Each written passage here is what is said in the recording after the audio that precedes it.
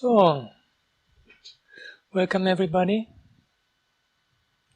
This is the 8th lecture in my course on Tranquility and Insight in Early Buddhist Discourse. Just 4 minutes ago I was thrown out, and this is why I'm now in at Bhikkhu Anālayo 2. I hope I'm not going to be thrown out again, at least for the next 1.5 hours. Otherwise it'll be difficult. Yeah, so I start again with some of the questions from the forum, and thanks to all of you who have contributed to that. This is Michael Beisert. He had asked another question which I answered directly on the forum, and he confirmed, you may remember last time when we were discussing the Anālayo and its parallel, this reference to Saṅgvattanika-vijñāna, and whether there is a possible sectarian influence behind that. And there was this point that in the Theravada tradition, the idea that there could be something in between death and rebirth is not accepted. And so, just to clarify again, as Michael brought this up, the reference to the Saṅgvattanika-vijñāna in the Anālayo-sutta, Madhyama Nikaya 106, is interesting insofar as it is the opposite of what we would expect if the passage is the result of sectarian influence. This Saṅgvattanika-vijñāna, which Bhikkhu Bodhi translates as the evolving consciousness, the use of this term gives us the feeling that there's some kind of process. There's some kind of, it evolves from passing away to going somewhere else. So in terms of terminology, this is closer to the idea that there is something in between. In contrast, the Madhyama-āgama version would fit very well with the idea that the moment one dies, that moment right away after one is reborn. So we get here the two discourse versions, which are actually, well, the Madhyama-āgama is not opposite to the Sarvastivada version, but which are the opposite of what we would expect if the passage had been influenced by sectarian concerns. And moreover, it would also be difficult that the Saṅgvattanika-vijñāna, this evolving consciousness, is also found in the Tibetan version. And the Tibetan stems from the Mula Sarvastivada traditional school, whose precise relationship to the Sarvastivada is not entirely clear, but it's definitely very close. Then there are several questions by Jeff Hardin. He says, I have been having some difficulty with the translation of Anālayo as imperturbable. The Pāli English dictionary has the definition as imperturbable character remaining static. I can understand this in reference to the state of mind of an arahant, but as a descriptor for the fourth jhana and the immaterial states, to me it seems that they are perturbable. That is, they are impermanent. There are conditions for their arising and for their cessation. Such conditions for cessation could be considered as a perturbation. Yeah, I think we have to see that in the early discourses the terminology is used not in a totally fixed and static manner. So the word ananja as imperturbable does not mean eternal. It does not mean that there may not be a change at some point, but it describes a condition of the mind that as long as it lasts, it cannot be perturbed. So when somebody is in the fourth jhana or in the immaterial attainments, this is considered a condition of the mind that cannot be perturbed. One will not hear if outside somebody is making noise or whatever is happening. One is imperturbable as long as that attainment lasts. In the case of an arahant then, an arahant, he or she is imperturbable as long as he or she is an arahant, which in early Buddhism is considered to be a permanent attainment, permanent in quotation marks. So once somebody has reached full awakening, the type of imperturbability of someone who is an arahant is continuous. There will be no end to that. And this usage of anicca to cover these two areas is, perhaps we could compare it to another term that is used, that is a ceto vimutti, liberation of the mind. When the term ceto vimutti comes together with panya vimutti, and the liberation by wisdom, and furthermore it's qualified as akuppa, the nothing beyond that, the supreme ceto vimutti, then it really means the condition of an arahant. But if ceto vimutti, liberation of the mind, occurs on its own, it can simply refer to experience of a jhana or to the practice of the Brahma viharas. So we see here that early Buddhism, as far as I can understand, there is a clearly almost an effort through the use of vocabulary to include the tranquility, the samatha experiences and attainments as something that is very worthwhile and important, and that can lead one to a condition of temporary, ceto vimutti, temporary imperturbability. But always the hierarchy is that there is something that is complete, permanent, unchanging ceto vimutti, unchanging imperturbability, and that is the development of full awakening.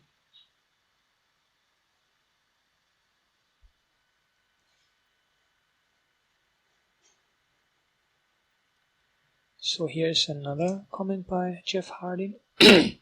Your comments about the Pāli versions of the discourses often giving harsher rebukes from the Buddha towards monks is interesting. In your comparative study of the Majjhima Nikaya, you mentioned that both Majjhima Nikaya 22 and Majjhima Nikaya 38, which have two of the Buddha's harshest rebukes of monks found in the suttas, have identical passages and parallels. Is there a pattern in the different versions of rebukes that point to traits of the different transmission lineages?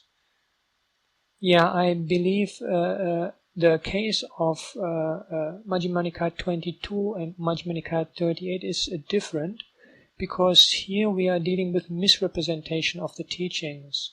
In both cases, monks have been making the statement, the Buddha says so and so, and even when told by other monks, look, this is not really the way, they have been insisting on that. And this is a very difficult situation if we keep in mind that we are here in an oral culture where there is no written records. So the only way for somebody who hasn't met the Buddha personally to know what the Buddha teaches is by hearsay. And those who are expected to be able to represent the Buddha appropriately would obviously be his disciples.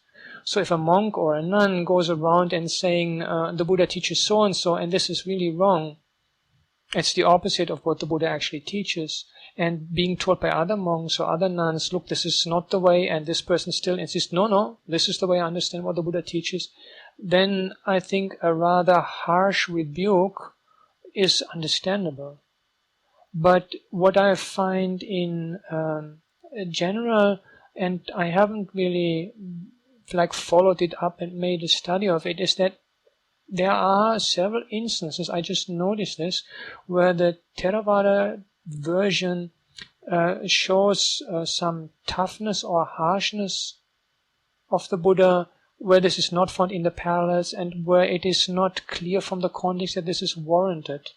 And one was the situation of the discourse we looked at, where it's not really clear. The monk comes to the Buddha and says, can I have a teaching? I want to practice intensively. Why should the Buddha pounce on him? I mean, he doesn't pounce on him, but why should the Buddha rebuke him for that? Perhaps there was a reason. I mean, I have no way of deciding which is the more original and whether it was deleted in the Chinese Agama version or added in the Pali version, but I just noticed this. And in another case on the Debater Satchika, I found arguments that make it clear that the Pali version has become stronger in its formulation.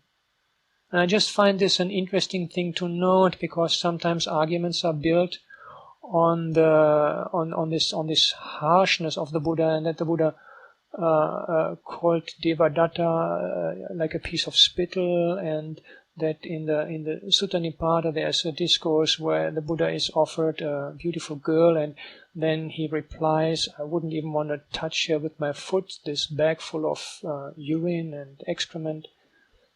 I think it's good for us on reading to be aware that these, in fact, as everything we have in front of us, need not be records of what actually happened, and that specifically with this kind of more tough approach, one can't really come to a definite conclusion, but just to be aware of the fact. It's always when the parallel version does not have it, there's always the issue is somewhat in a gray area, and we have to see if from context to other arguments we can say, well, this looks more probable or this looks more probable. In the case of this Buddha rebuking this monk that we had last time, I don't see any particular point to argue in one direction or the other. Then there's a question by Robert Grosch.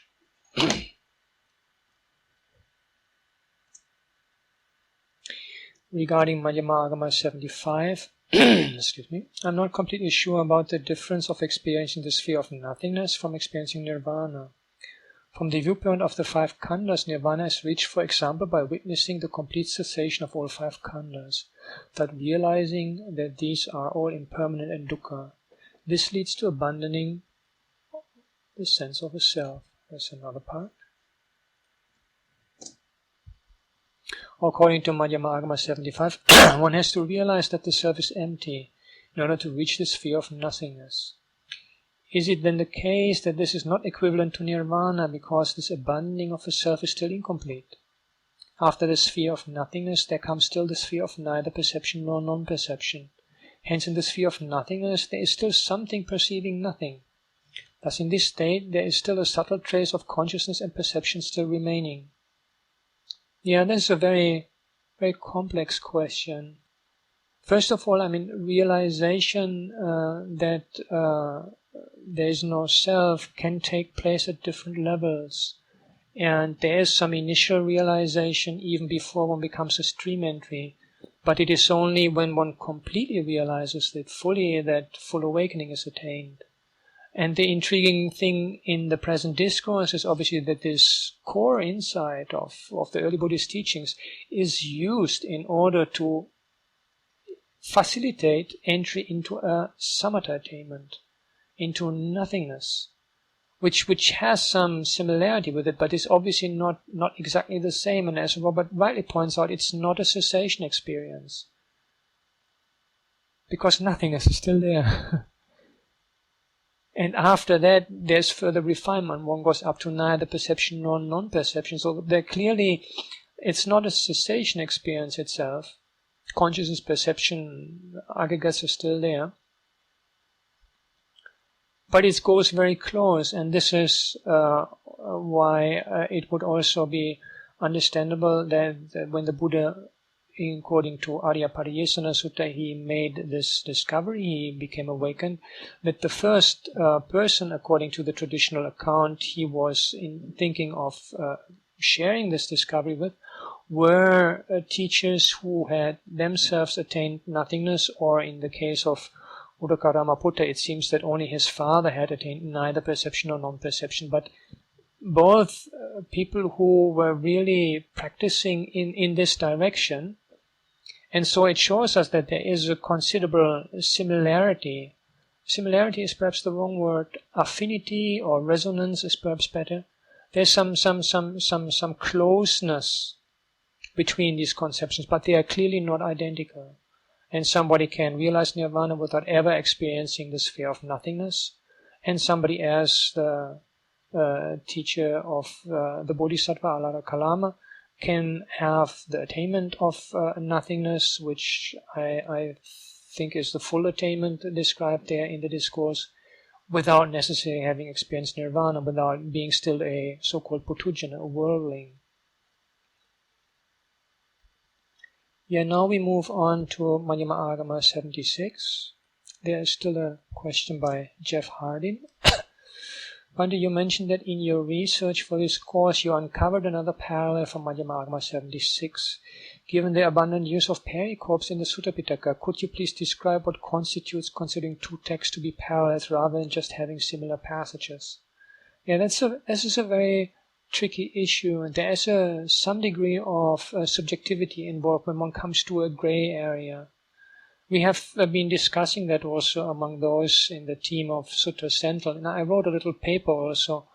I'm trying to see what enables us to say these discourses are parallels, and sometimes there's some kind of in between, and we have opted for the terminology of speaking of partial parallels, which is, for example, when you have one discourse that is very long and you have another one that has only one chunk out of it. Then we talk of partial parallels. Usually, the pericorps themselves cannot be really used because then certain descriptions are occurring so often all over the Sutta Pitaka that we would have to call all these parallels. And the introductory narrations often differ. This is something that was already pointed out by a scholar called Gregory Chopin. There's even an instruction in some Vinayas, Mula Savastivada and Mahasangika, to reciter monks that if you have forgotten where a certain discourse took place, just say it was at such and such a place, Savatthi, and a few other places are given. There's a clear lack of concern for so-called historical information among early Buddhist reciter circles. So location is not a good identifier for parallels. And sometimes, as I think we will see soon in Madhyama-āgama 78 or 79, which I hope we will be covering today, even proper names get mixed up. What usually makes for a parallel is if a topic is similar. Like in the discourse we discussed last time, Madhyama-āgama 76, there was this a monk, unnamed moreover, who asks for instruction, and he gets this combination of samatha and vipassana, where he gets like the satipatthana instructions, and then develop the concentration that has come out of that with savitaka, with initial and sustained mental application, then without initial but with sustained, without both, and then with piti, etc. This is a passage that doesn't occur very often. And this whole setting occurs in the Madhyama-āgama version and in the Samyutta Nikaya to some part, and in the Anguttara to another part. So based on this, I think these can be considered as proper parallels. And it is basically just following up such similarities that Shitsen Akanuma, whom I showed to you last time, has been identifying parallels. And those of you who have been with me through the last years, sometimes you remember we come across discourses, they are so close. Nobody would have any question that they come from the same, that these are parallels of the same versions. But at other times we have discourses that show considerable differences. And hopefully still today we will come to a discourse that has no parallel in the Pāli canon. We have had that also before. And there again, it is not easy to say, well, it has no parallel in the Pāli canon, so it must be late. Actually, this is not the case. Some of these are late, but not all of them. It simply all reflects this basic situation of oral transmission, where there are different transmission lineages, and some texts can get lost, and some texts become, because of the working mechanics of memory, become restructured, or one long text, a small piece goes off and becomes a text on its own, or elsewhere two pieces that seem to belong together are joined into become a single discourses. We can see all these patterns there, and sometimes it is not entirely clear if we can really speak of a parallel. But I think in this case, it is possible to say that Madhyama-āgama 76 has two Pāli parallels. This is from Linda Grace. regarding the Anguttara parallel, 863.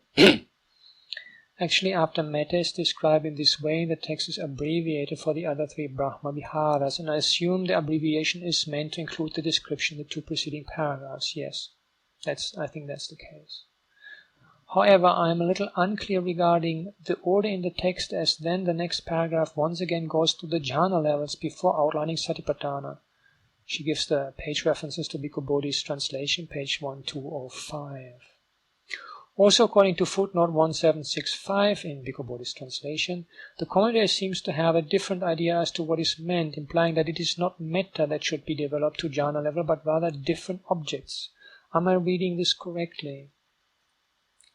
Yeah, there's 2 points that come to my mind in relation to this question. One is that we often find the Brahma Viharas mentioned side by side with the jhanas in the discourses. And this at first sight is obviously puzzling, because the Brahma Viharas can be developed up to jhana level, so once the jhanas are mentioned, why the Brahma Viharas put side by side with them?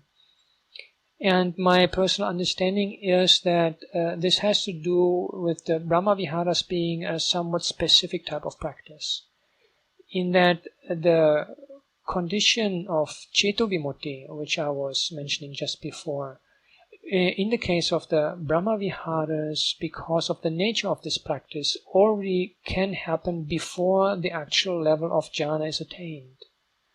So, say somebody is practicing mindfulness of breathing, then the condition of the Ceto Vimutti, that the mind is really liberated from all confines, requires entry into the first jhana, and usually the breath as an object, according to the traditional explanation, then will be replaced by a nimitta. We discussed that before. But with the Brahma Viharas, it seems that when one is able to engender this condition of boundless radiation of metta, karuna, etc. in all direction, even before having reached jhana level, this is already a condition that can be reckoned liberation of the mind, because by the boundlessness of the practice, it is liberated from confines, and by the nature of the practice, metta is by nature, if it is properly practiced, free from anger and aversion, so it has these aspects of liberation. And we even also get this statement that the Brahma Viharas have an effect on karma.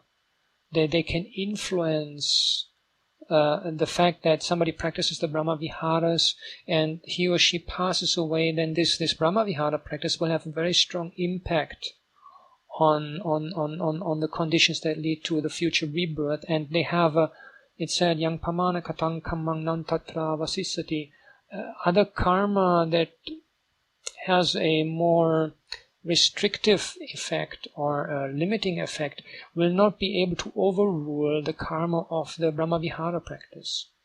Again, we do not get this statement for any other jhana practice, even for the immaterial spheres. So my personal understanding is that the Brahma Viharas are somewhat special, and this is why they are mentioned extra. They are seen as of such importance that even when the jhanas are already mentioned, they are mentioned alongside to just make this point. But this is just my personal hypothesis. I have no commentarial explanation or discourse that backs up my interpretation in this case. It's just my understanding. And the second question, the discourse we discussed last time, it keeps on, like it describes one practice, and then it says, imang samadhing, this concentration, develop it in this and this way. And my understanding of this instruction would be that this is not meant to mean exactly this particular type of meditation practice. Now you cultivate it in this way. But more, it's just talking about samadhi in general. In the sense that I think we already discussed earlier, that samadhi itself can refer to tranquility and to insight. So you can call Satipatthana a samadhi practice, you can call the jhanas a samadhi practice, you can call the Brahma Viharas a samadhi practice. So whichever of these practices you do, the level of concentration, of samadhi, of collectedness of the mind you have reached, you use that to cultivate something else, but that is still imang samadhi. It's your concentration. And this is maybe also the reply to a question raised by Robert Crush. He says, in the sutta, the development of each of the 4 foundations of mindfulness seem to be followed by a passage that describes that these should be used to establish concentration up to the 4th jhana. If I'm not mistaken, in modern meditation techniques, only either the body or the feeling contemplations are used to establish concentration up to jhana level, if at all. To be more precise, concentration arises as a consequence of such contemplations. I wonder if it is possible to develop the contemplation of mental formations and or the contemplation of dhammas up to jhana level. Yeah, I like the specification, the concentration arises as a consequence of such contemplations. I think in principle there would be no problem if one takes this approach that I suggested about imang samadhi. So whatever level of concentration one has been able to cultivate with satipatthana practice, which I would understand to be a practice that foregrounds mindfulness as an open, receptive awareness of phenomena as they present themselves in their changing and conditioned nature. But this obviously also involves some degree of stability of the mind, and this stability of the mind then is a foundation for a shift in practice where this more open, broad approach that sees variety is somewhat changed to a shift towards a more focused type of practice, where one stays with one object and the mind becomes more concentrated. Mindfulness is still there, but concentration is being foregrounded now. And once the mind becomes unified with that object, then one gets into absorption. One can experience jhana attainment. So this, in principle, could be done with any of the 4 satipatthanas. And I think in the contemplation of dhammas, especially the cultivation of the bojjhangas, really gives important pointers for those qualities not only required for awakening, which is the actual purpose of the awakening factors, but also rather helpful for the cultivation of deeper states of concentration, particularly the series leading from joy via tranquility to actual concentration.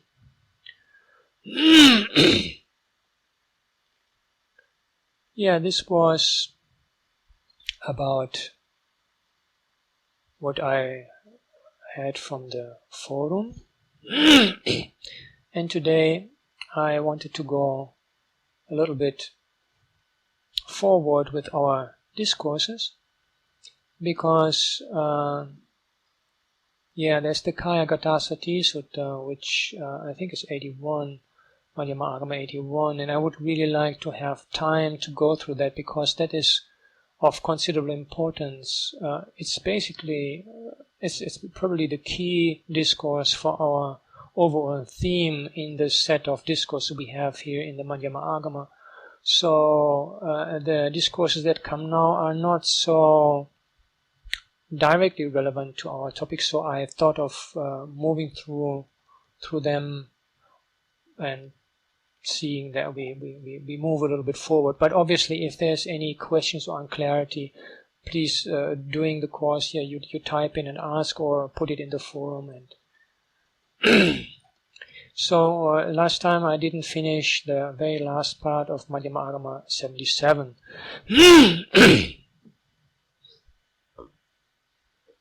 The Blessed One asked, Anuruddha, for what reason does the Tathagata declare of disciples who have died that so-and-so has been reborn in such and such a place, and so-and-so has been reborn in such and such a place?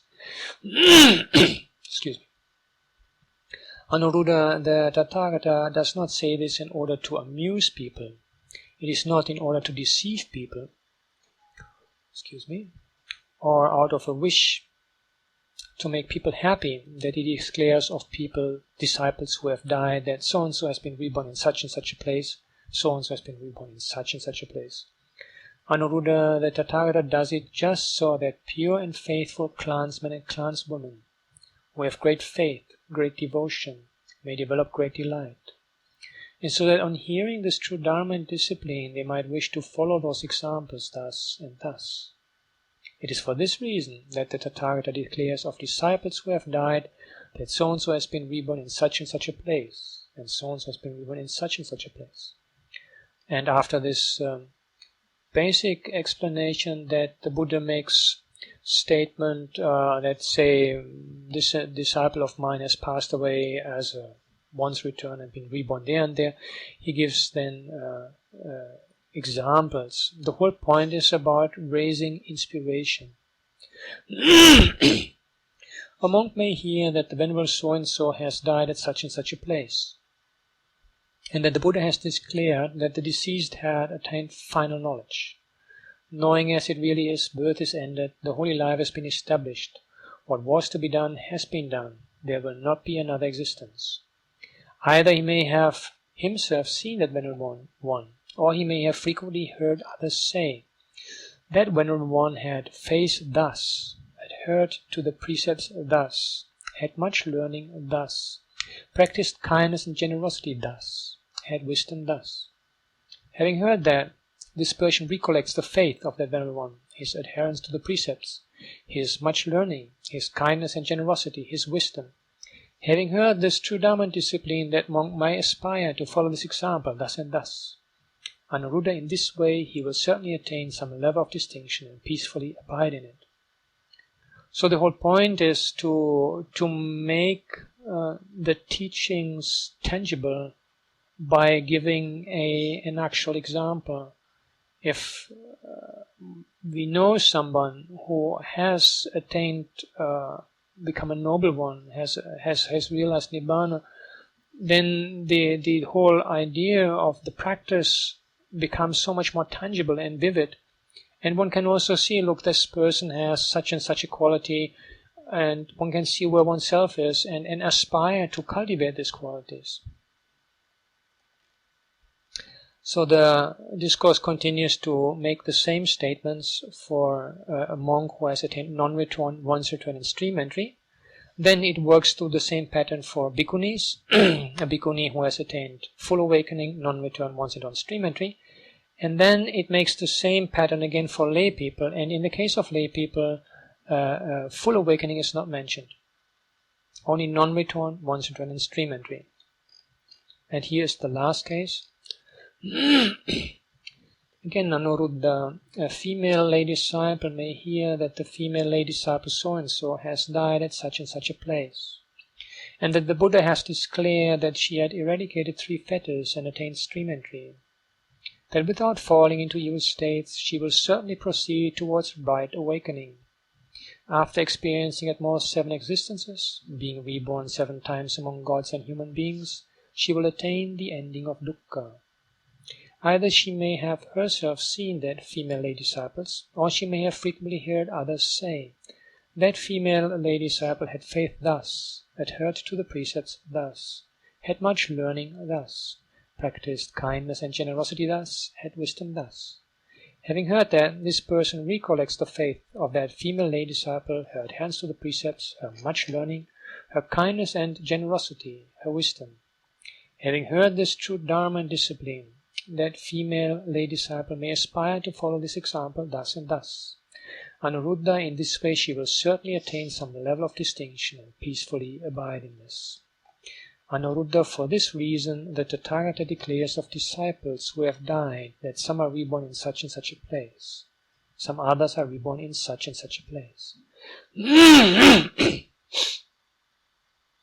Yeah, first of all, I'd like to note that there is no distinction between males and females based on their sex, in as far as ability of realization is concerned, but there is a distinction between those who are ordained and lay people. And there's some discussion around this, and there are some scholars who have thought they have found evidence for lay arahants in the suttas, and I give you the reference that they use for that. in the Anguttara Nikaya. The problem is that they have misunderstood the expression that is used there, which does not refer only to the attainment of arahantship, but merely to the fact that these lay disciples that I mentioned, they have realized nirvana. In fact, one of the lay disciples mentioned in this passage is Anathapindika, and Anathapindika is on record for having been reborn, and so when he is reborn he cannot be an arahant. And there are also two householders mentioned in this listing who are elsewhere on record for having been reborn as once returner. I just give you the reference if you want to follow it up.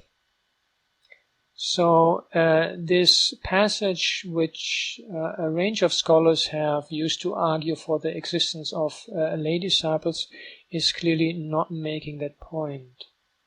The position that is taken in early Buddhism is that a lay person is in principle capable even of becoming fully awakened. And the example for that is the householder Yasa in the Vinaya, who, according to the Vinaya account, was a layman, and on his first meeting with the Buddha, he got gradual instructions until he became an arahant. And this is found not only in the Theravada Vinaya, but also in the Mahāsāsaka Vinaya and in the Mula Savastivada Vinaya. However, after he had become awakened, he had reached full awakening, he requested the going forth, he became a monk. We have a variation on this story in the Dhammaguptaka Vinaya, because in the Dhammaguptaka Vinaya we have a different sequence. He becomes a stream enterer, and then he asks to become a monk, and only after that he becomes an arahant. But this is not the case for the other Vinayas. So the traditional position also taken in the Theravada tradition is that lay people are capable of reaching up to full awakening, but once they have reached full awakening, they will not remain as lay people. And there's a statement here by Vijayaratna that I would like to quote. He says, "Did they not necessarily become renouncers in the very moment they became arahants? If so, they had no reason to stay at home."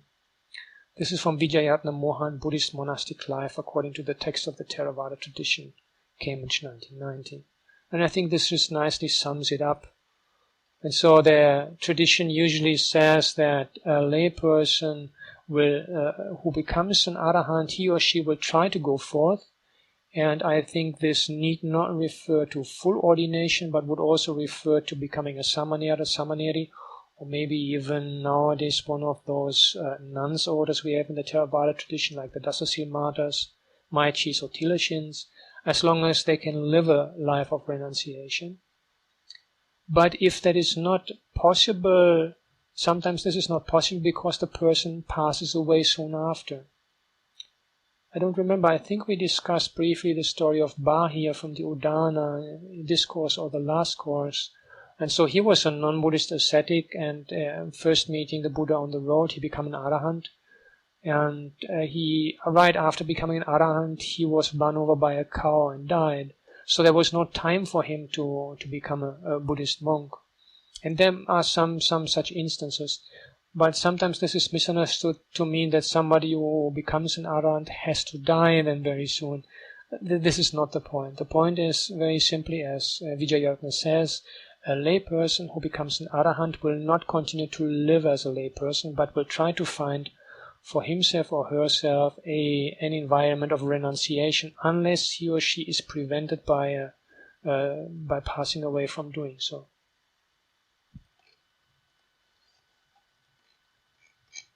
So the main points from this discourse I suggest are this is what we covered last time: importance of joy and delight in the spiritual life, the importance of feeling inspired in one's spiritual practice, let's put it like this, and that restraint and seclusion. You remember the Buddha was pointing out that, according to this discourse, that he continued to practice restraint and lived in seclusion even though he had finished his job, but these are of continued relevance to somebody who is genuinely awakened.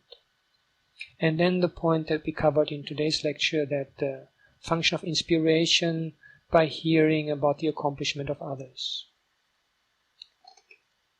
If there's any questions, I would invite you to just feel very welcome to type them in. Let me just clear out the chat so that we can easily see if somebody has a question.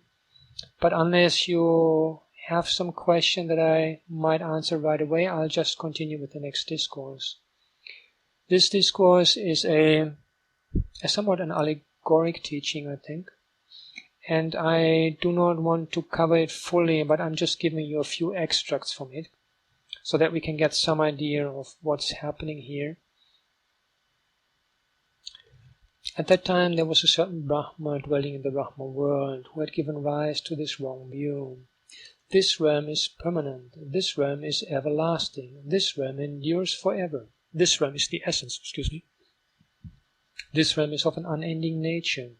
This realm is release. There is no other release superior to this release. This is the supreme, the sublime, the ultimate. Then the Blessed One, who with his knowledge of others' minds had come to know the thoughts in the mind of that Brahma, entered a certain concentrated state. Through this concentrated state, just as a strong man might bend and stretch out his arm, he disappeared from Jeta's grove, Anathapindika-sutta, and appeared in the Brahma world. Before we also go to the Brahma world, let me see the question here by Eric van Horn about seclusion.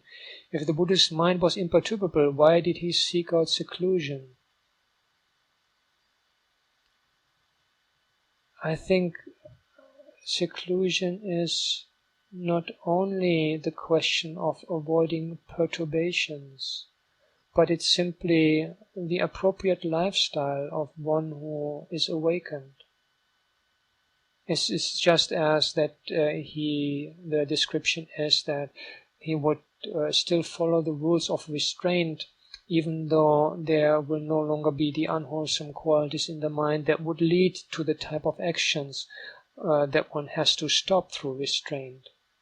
This is, I think, it's good that you ask that, Eric, because I think this is really the point that comes up to us from this. The second of the two main points, that restraint and seclusion have a function for somebody who is on the path, but they are of continued relevance to somebody who has completed the path, because they are the appropriate expression of having actually completed the path. Yeah, let me put it like this. And so this idea that the fully awakened one no longer doesn't care about seclusion, no longer cares about rules, and this is a development found in later tradition, but not in early Buddhism. Doesn't mean that the Buddha was in need for seclusion, but when he had the choice, he would rather be by himself. Good question. So let's move to the Brahma world. The Buddha goes up to the Brahma world, and you might remember last time I suggested, based on this Anuruddha passage, that this flexing the arm and moving could only refer to the mind-made body. At that time, on seeing the Blessed One arrive, that Brahma invited the Blessed One. Welcome, great seer. This realm is permanent, this realm is everlasting, this realm endures forever. This realm is the essence, this realm is of an unending nature. This realm is release. There is no other release superior to this release. This is the supreme, the sublime, the ultimate.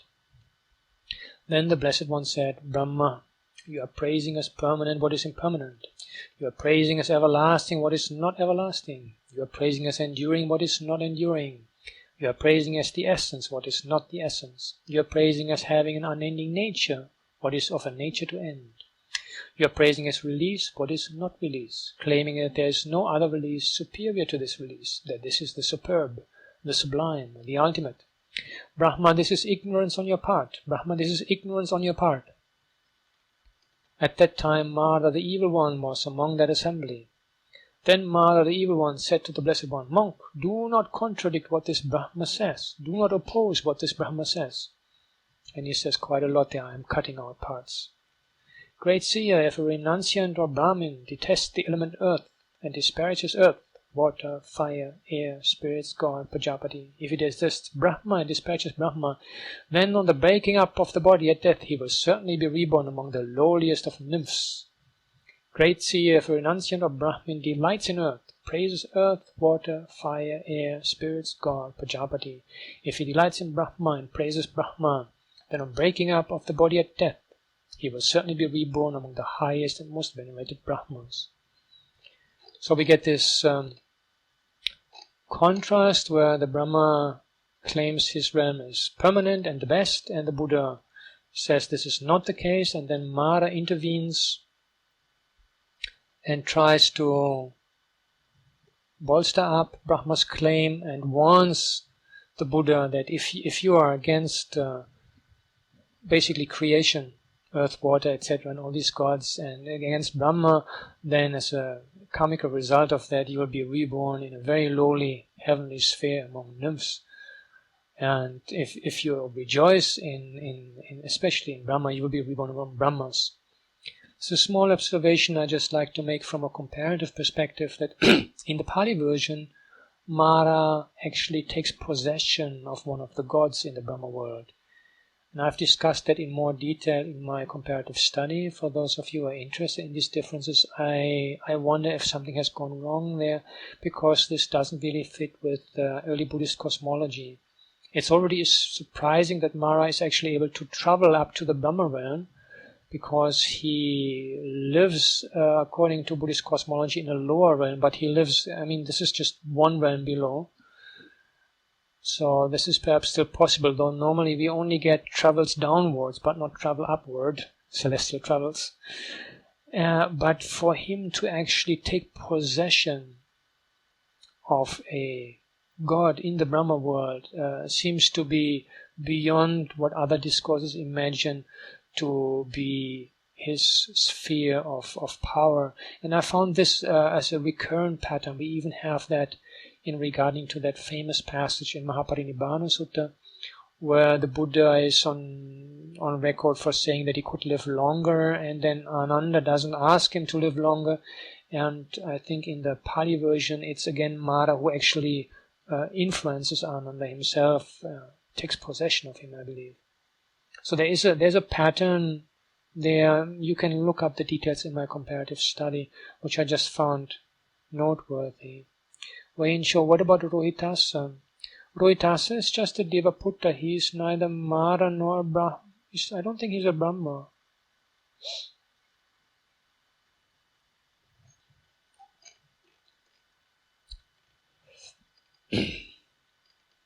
So the Buddha realizes that this is Mara, and Brahma repeats his claims, and then the Buddha points out that he knows more than Brahma. I have again condensed the discourse, because it would take us a lot of time to go through all the smaller points. Then the Brahma said to the Blessed One, Great Seer, how is it that whatever knowledge and vision I possess, you too possess this knowledge and vision? Whatever knowledge and vision I do not possess, you yourself possess that knowledge and vision. Whatever knowledge and vision I and my retinue possess, you too possess that knowledge and vision. And whatever knowledge and vision I and my retinue do not possess, you yourself possess that knowledge and vision. Basically, the Buddha has just told him that he knows more than Brahma and the other gods there up in that realm. Great Seer, you're not saying this out of desire. On being cross-questioned, you will not know how to reply and become ever more confused. And now the two are engaging in a kind of competition, in a sort of disrespectfully I might call it a hide-and-seek competition. The Brahma said, Great Seer, I now wish to make myself disappear. The Blessed One said, Brahma, if you wish to make yourself disappear, then do as you wish. Then wherever Brahma tried to make himself disappear, the Blessed One immediately knew, Brahma, you're over there, you are here, you are in between. Then the Brahma did all he could to manifest his supernormal power. He wished to make himself disappear, but was unable to disappear. He returned, remaining within the Brahma realm. Then the Blessed One said, Brahma, now I too wish to make myself disappear.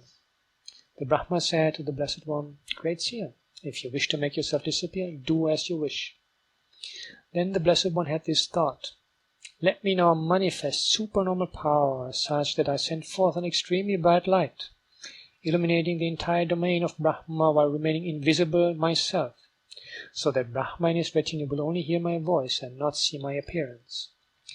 Then the Blessed One manifested supernormal power, such that he sent forth an extremely bright light, illuminating the entire Brahma world, while remaining invisible himself, so that Brahmā and his retinue only heard his voice and did not see his appearance. Then Brahmā and everyone in Brahma's retinue had this thought: the renunciant Gautama is most wonderful, most remarkable. He has great supernormal power, great and mighty virtue, great merit, great divine might. Why? He has sent forth an extremely bright light, illuminating the entire Brahma world, while remaining invisible himself, so that I and my retinue only hear his voice and do not see his appearance. So basically, we have this competition, this, as I have disrespectfully called it, hide and seek competition.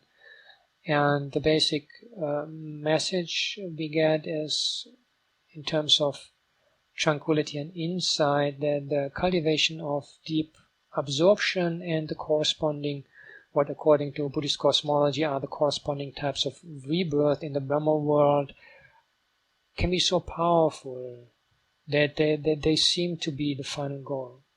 But from a Buddhist perspective, this is because of overlooking something. And the Buddha, as the fully awakened one in this hide-and-seek competition, manifests that he is able to see more and to be himself invisible. And then we get another intervention by Mara. And continue to read. Then the Blessed One withdrew his supernormal power and returned to reign within the Brahma world. At that time King Mara said to the Blessed One, "Great seer, you see well, you know well, you realize well, but do not teach and instruct disciples, and do not teach the Dharma to disciples. Do not become attached to having disciples."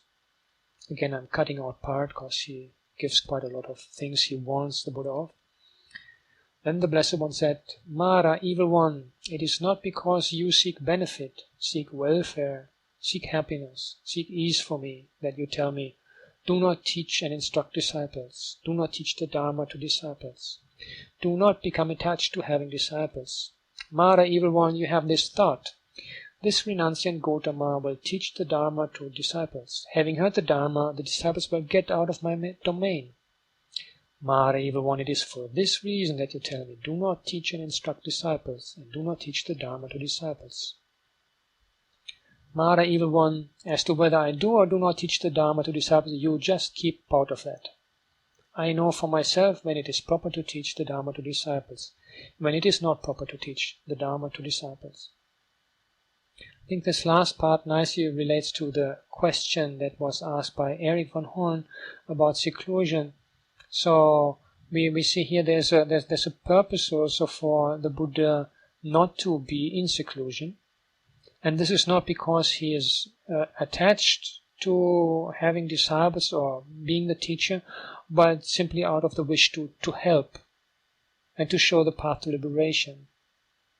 But if there's a chance, again, for him to be secluded, then he would be in seclusion, because that seems to be the condition that is most closely resonates with the condition of the mind after awakening.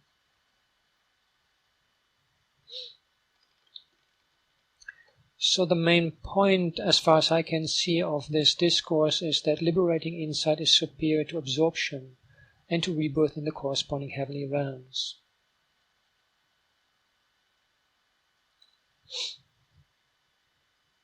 If there's no further comment on this discourse, I would continue with the next one. We are not getting out of heaven. We're still talking about gods.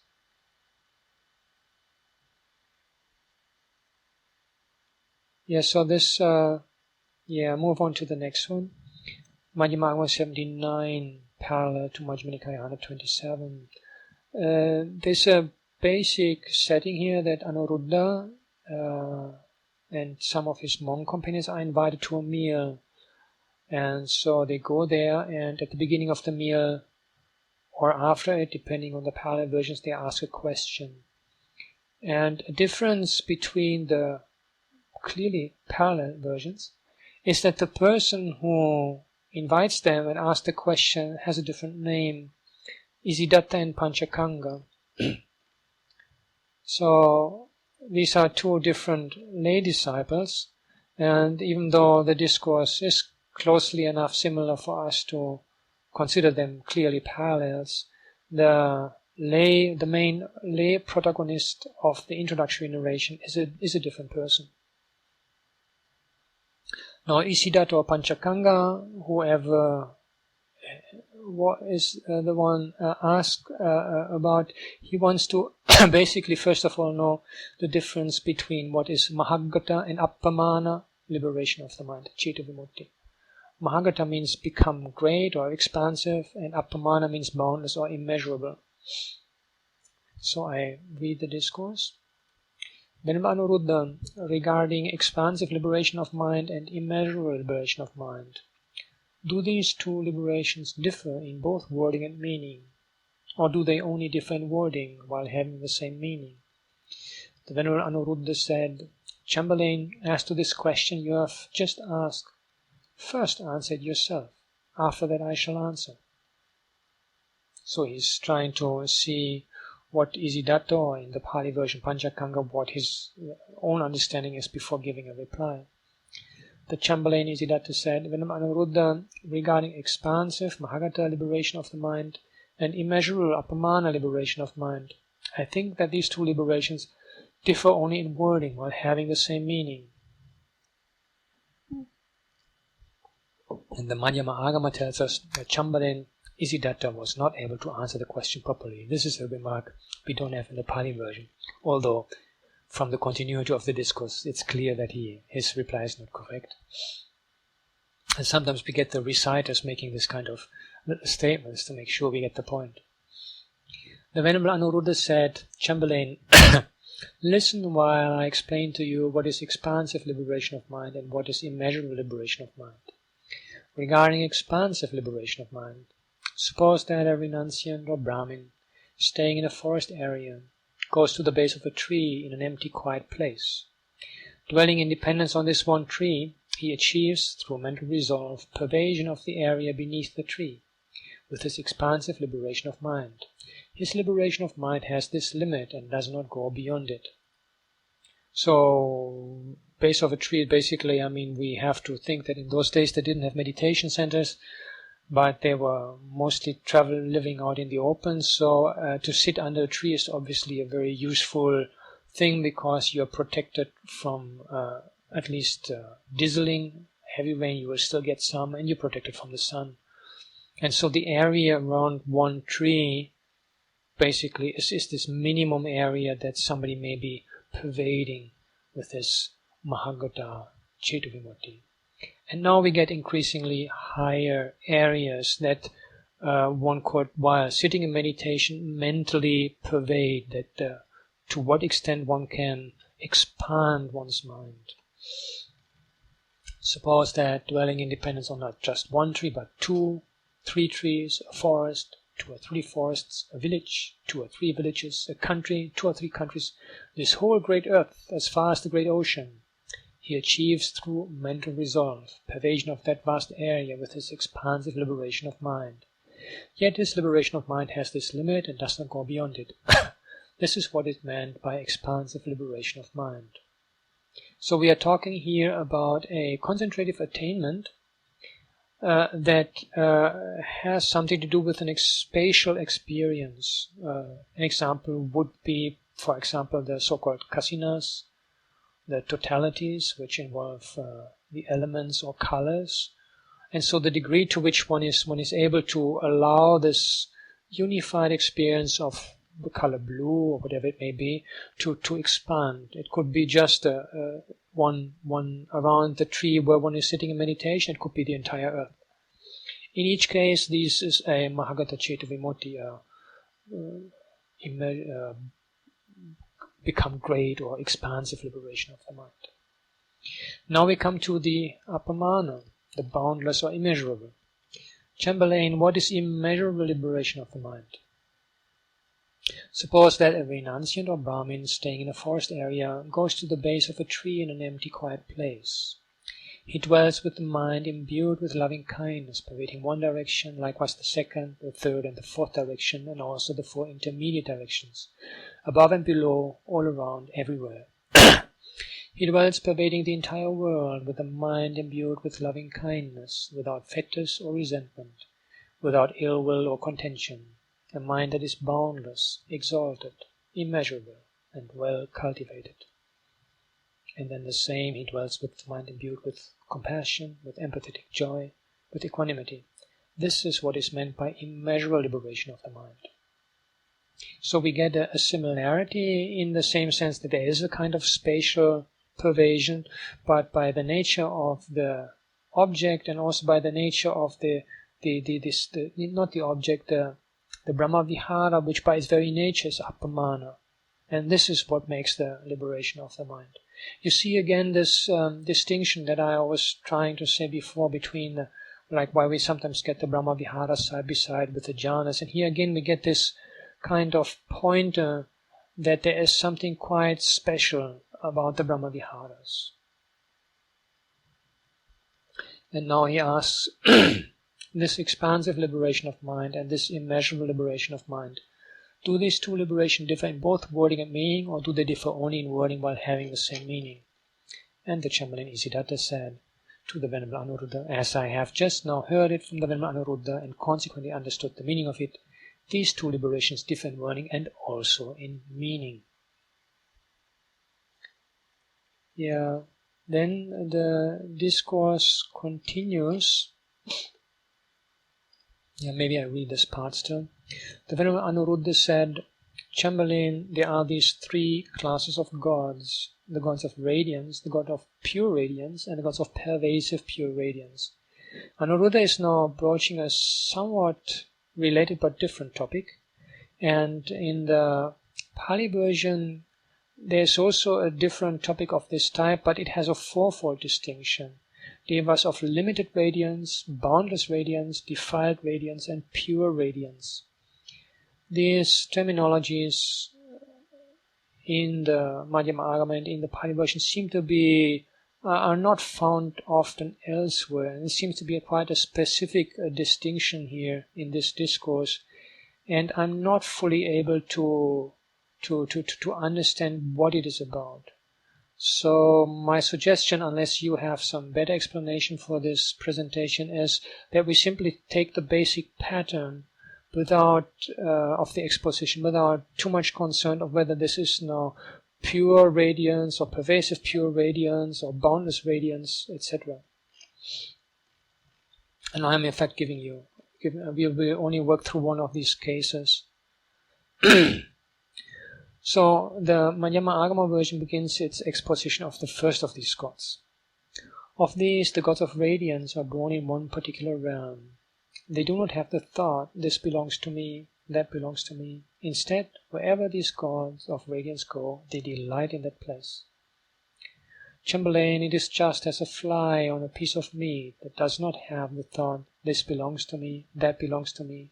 Instead, wherever that fly goes on the piece of meat, it delights in that place. In the same way, the gods of radiance do not have the thought, this belongs to me, that belongs to me. Instead, wherever these gods of radiance go, they delight in that place. There are times when the gods of radiance assemble in one place. Then, although their bodies are different, their light is the same. Chamberlain, is just as when a person lights numerous lamps and places them in one room. Although those lamps are different, their light is the same. In the same way, when the gods of radiance assemble in one place, then although their bodies are different, their light is the same. There are times when the gods of radiance separate from one another. When they are separated from one another, their bodies are different and their light is also different. Chamberlain, it is just as when a person takes numerous lamps from one room and places them separately in many different rooms. Those lamps are different and their light is also different. Then the Venerable kaṭhina the real said, this is one of the monks who has come also for the meal. Venerable Anuruddha, regarding those gods of radiance that are born in one realm, can one know their relative superiority and their degrees of subtlety? The Venerable Anuruddha replied, Venerable kaṭhina, suppose that a renunciant or Brahmin, staying in a forest area, goes to the base of a tree in an empty, quiet place. Dwelling in dependence on this one tree, he achieves through mental resolve perception of the area beneath the tree with mentally produced light. His perception with mentally produced light is extremely abundant, yet his liberation of mind has this limit and does not go beyond it. And now we again get this expansion. Suppose that dwelling in dependence on not just one tree but 2 or 3 trees, a forest, etc., this whole great earth, as far as the great ocean, a renunciant or a Brahmin achieves through mental resolve perception of this vast area with mentally produced light. His perception with mentally produced light is extremely abundant, yet his liberation of mind has this limit and does not go beyond it. This is the cause, this is the reason why, regarding those gods of radiance that are born in one realm, one can know their relative superiority, their degrees of subtlety. Why? It is due to the relative superiority of their minds when they were human beings. In their development, there were degrees of fineness or crudeness. Because of the degrees of fineness or crudeness in their development, human beings have degrees of superiority. So we get the same question and answer exchange for gods of pure radiance and pervasive pure radiance. And before I come to what I believe is the main point, I just like to mention that this is another case where we get a somewhat more rude behavior in the Pāli version. In the Pāli version, kaṭhina also asked Anuruddha a question, and Anuruddha replies that he will give an answer even though what kaṭhina said is offensive. And the actual formulation is not quite clear why it is offensive, but it seems to be that he is kind of wanting to test out if Anuruddha has himself really experienced these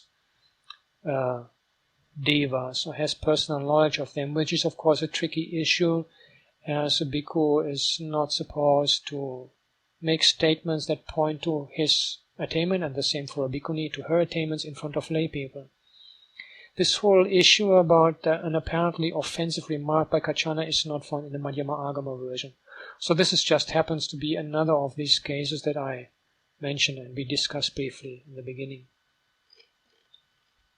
So the main point, as far as I can see, is of this discourse is to clarify the difference between a liberation of the mind that is immeasurable and liberation of mind that is expansive. And my personal take, again, this is my interpretation only, is that this again highlights the rather specific role of the Brahma Vihara in the early Buddhist soteriological scheme. And the other point with these different gods would be, if we just stay with the basic pattern, is that simply the degree to which one has developed one's concentration in this life will, according to Buddhist thought, lead to a corresponding type of rebirth. So the deeper one's concentration is, the more powerful or lightful or brilliant one will be as a deva if one is reborn in one of those realms. Let me clear out the chat and see if there's any question you have on this. Yeah, as I said, these 3 types of gods and 4 types of god, I have not much additional information to give on them. So, in as far as my understanding goes, the main point is only this basic principle that the level of concentration reflects in the level of rebirth.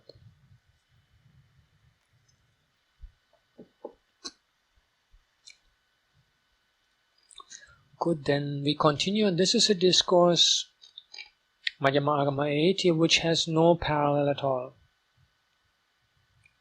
And it is one of several discourses in the Madhyama-āgama which put a spotlight on one particular disciple. In this case, it will be Anuruddha, which we have already met in earlier discourses in this chapter of the Madhyama-āgama. And I find these all these discourses very interesting. It seems that, you see, after the Buddha passed away, there was the first beginning was to construct a history of the Buddha, to give something to narrate to new disciples who had not met the Buddha. And with time, also as the major disciples passed away, there was a need for some more hagiographic / historical information on the disciples. And in some cases, such as this one, we find this tendency already manifesting in the discourses. So this story is very interesting because the introductory narrative is very interesting because Anuruddha's robes are worn, and he tells Ananda that he needs help to get a new pair of robes. And Ananda calls the monks together to make a new robe for Anuruddha, and the Buddha finds out and says, "Hey, why didn't you ask me to join?" And then they say, "Bhante, would you like to join?" And sure, he comes along. And so we have here the Buddha sitting with the monks together to make a robe for Venerable Anuruddha. I have not heard of this story anywhere else. Then the Blessed One spread out the cloth and cut it to size for the Venerable Anuruddha. And the monks together cut it into pieces, stitched them together and sewed it up. In a single day they completed 3 robes for the Venerable Anuruddha. I have abbreviated the introductory narration. And after they have completed the robe and given it to Anuruddha, then the Buddha has back pain and says, "I stretch," and Anuruddha, "You give a talk." So it's kind of Anuruddha and he's asked to give a talk about the one who's getting this robe, so he's gonna talk about himself. And what Venerable Anuruddha here gives us now is the traditional account of the gradual path, and this I want to go into some detail because this again is directly relevant to our topic of tranquility and insight. Even though there's a very detailed description of the moralities, all the different type of not accepting swine and not accepting chicken and not accepting raw corns. I have left out all these parts because these are not so directly relevant to us. At that time, the Venerable Anuruddha addressed the monks, "Venerable friends, when I had not yet gone forth to train in the path, I had already become weary of birth, old age, disease and death, saw in distress, weeping and lamentation, and aspired to abandon this great path of dukkha. Venerable friends, having become weary, I had this contemplation. The household life is confined, a dusty place.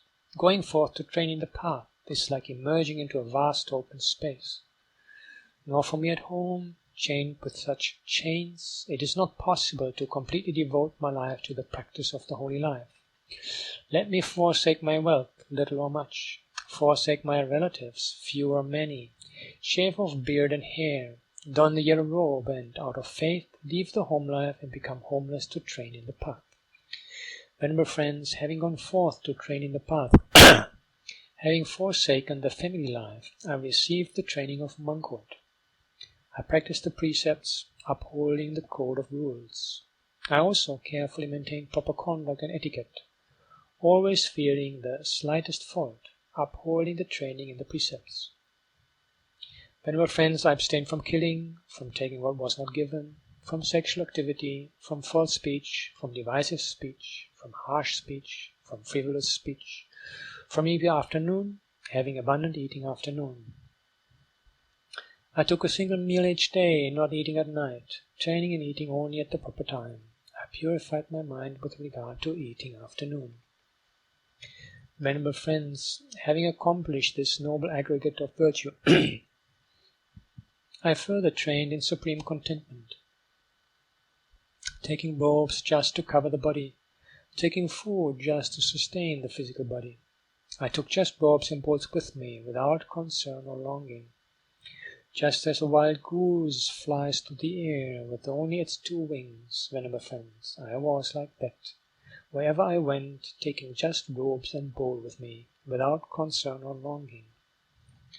Venerable friends, having accomplished this noble aggregate of virtue and this supreme contentment, I further trained in guarding the senses, always mindful of stopping thoughts of desire, with clear understanding, successfully guarding the mind through mindfulness. I constantly aroused wide attentiveness. On seeing a form with the eye, I did not grasp its appearance, nor did I savor the form. That is to say, in order to avoid conflict, I guarded the eye faculty, so that no covetousness or sorrow, evil and unwholesome states would arise in the mind. To that end I guarded the eye faculty. In the same way, on hearing a sound with the ear, smelling an odor with the nose, tasting a flavor with the tongue, experiencing a touch with the body, coming to know a mental object with the mind. Venerable friends, having accomplished this noble aggregate of virtue, this supreme contentment and this guarding of the senses, I further trained in right attentiveness when going out or coming in, contemplating and distinguishing well when bending or stretching my limbs, when lowering or raising my head. With orderly manners and appearance, I properly carried the outer robe, the other robes, and the bowl. When walking, standing, sitting and reclining, when going to sleep or waking up, when speaking or keeping silent, always I had right attentiveness. Venerable friends, having accomplished this noble aggregate of virtue, this supreme contentment, this guarding of the senses, and this right attentiveness when going out or coming in, I further trained in dwelling alone and in seclusion. I stayed in a forest area, or at the base of a tree in an empty, peaceful place, in a mountain cave, on a heap of straw, in an open place, in the midst of a forest, or in a cemetery. Venerable friends, staying in a forest, or having gone to the foot of a tree in an empty, peaceful place, I spread out my sitting mat and sat down cross-legged with body erect. With right mental aspiration and undivided mindfulness, I abandoned and removed covetousness, ill will, sloth and torpor, restlessness and worry, doubt. Overcoming delusion, being free from vacillation in regard to wholesome states, I purified my mind with regard to doubt. Venerable friends, when I had abandoned these 5 hindrances, which are blemishes of the mind that weaken wisdom, separated from desires, separated from evil and unwholesome states, up to I dwelt having attained the 4th absorption. Just a small remark, this is an abbreviation, but the full description of all 4 absorptions should come here in this place. Venerable friends, having thus attained concentration, with the mind purified and without blemish or affliction, soft and subtle, well steadied, a mind that had attained immovability or imperturbability, I trained in the realization of supernormal powers. Venerable friends, I attained immeasurable supernormal powers, the supernormal knowledge of the divine ear, the supernormal knowledge of others' minds, the supernormal knowledge of recollection of past lives, the supernormal knowledge of birth and death.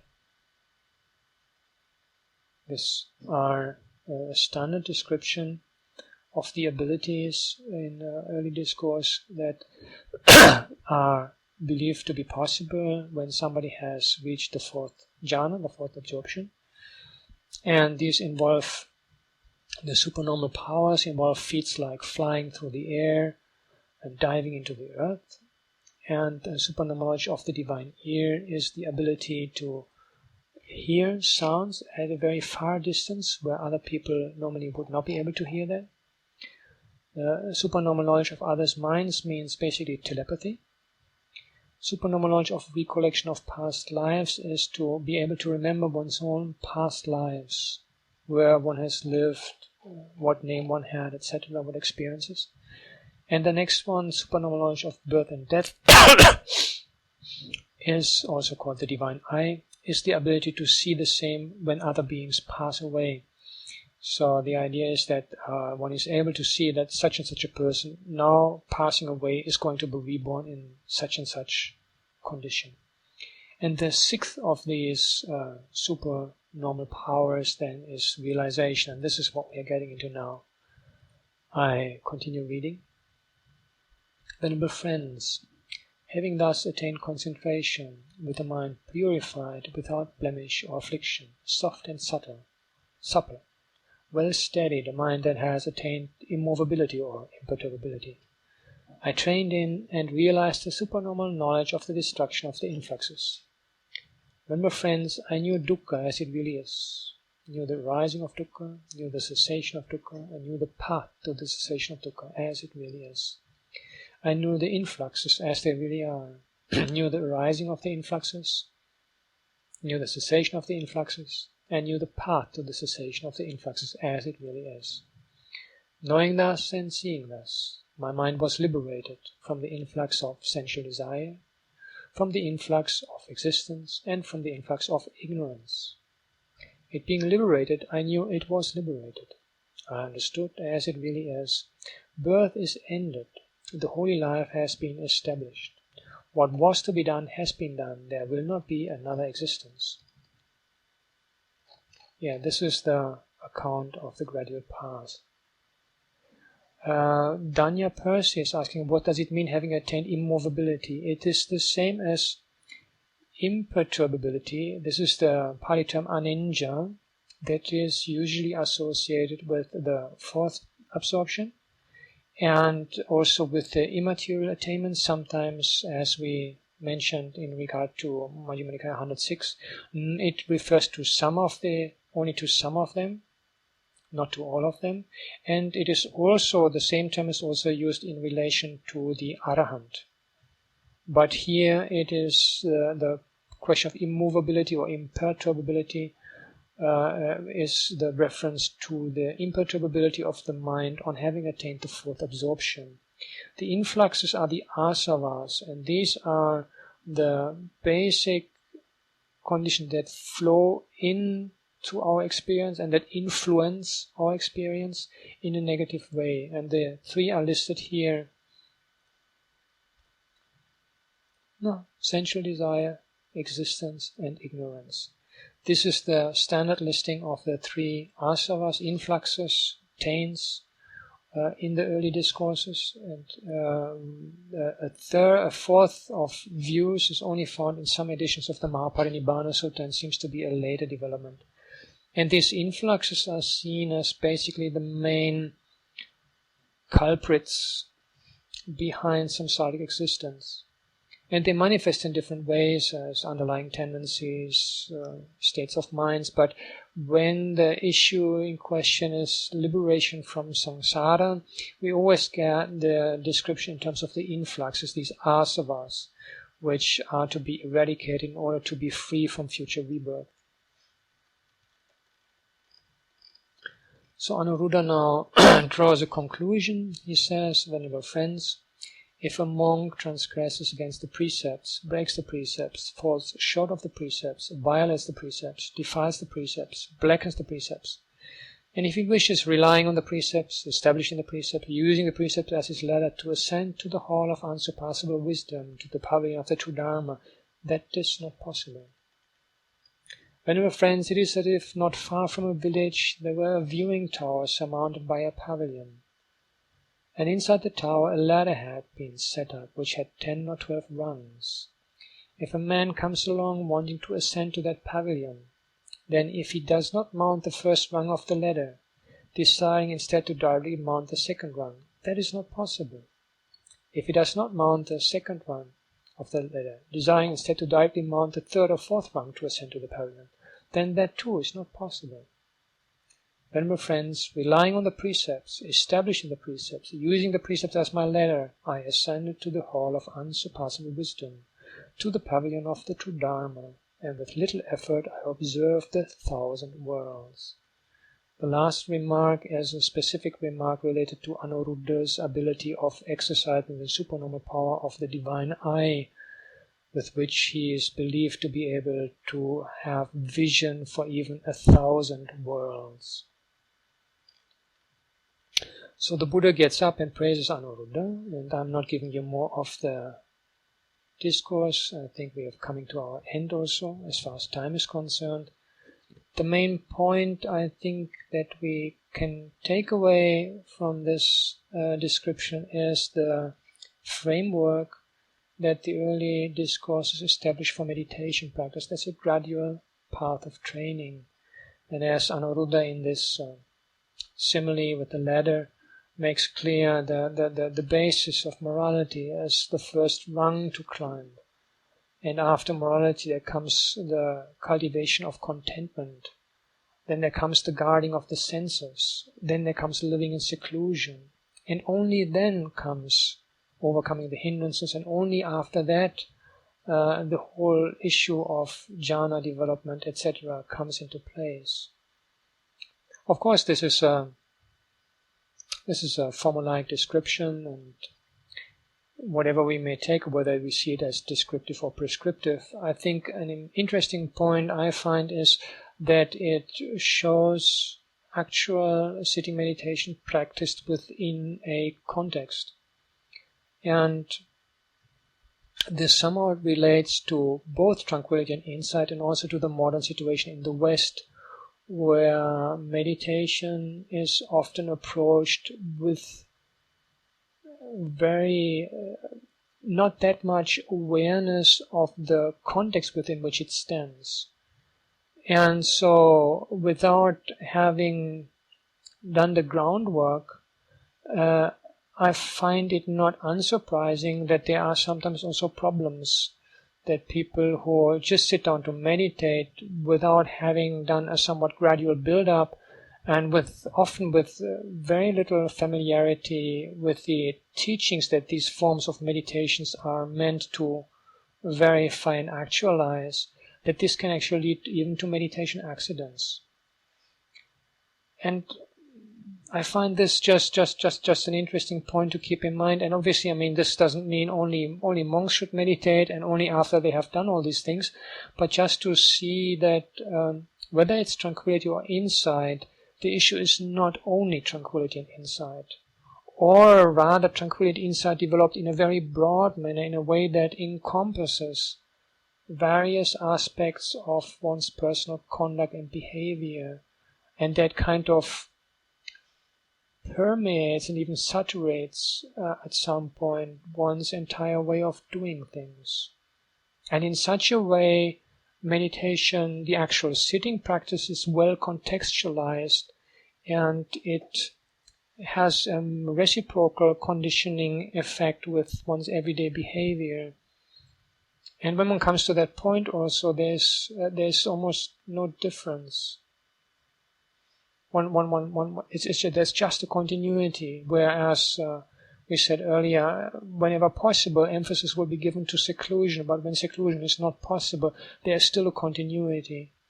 And I think this, if we can take away this point, it will be very, very beneficial for our own practice and for also understanding the instructions on tranquility and insight in the early discourses. Yes, and with this I think we have come to a time to conclude now. Thank you very much for your attention, and we've really moved on ahead very fast today. There's a lot for you to discuss on the forum with all these discourses, and next time we'll be getting into Kaya-Sati-sutta, talking about contemplation of the body, which I look very much forward to. Thank you for your attention, and looking forward again to seeing you next week. All the best.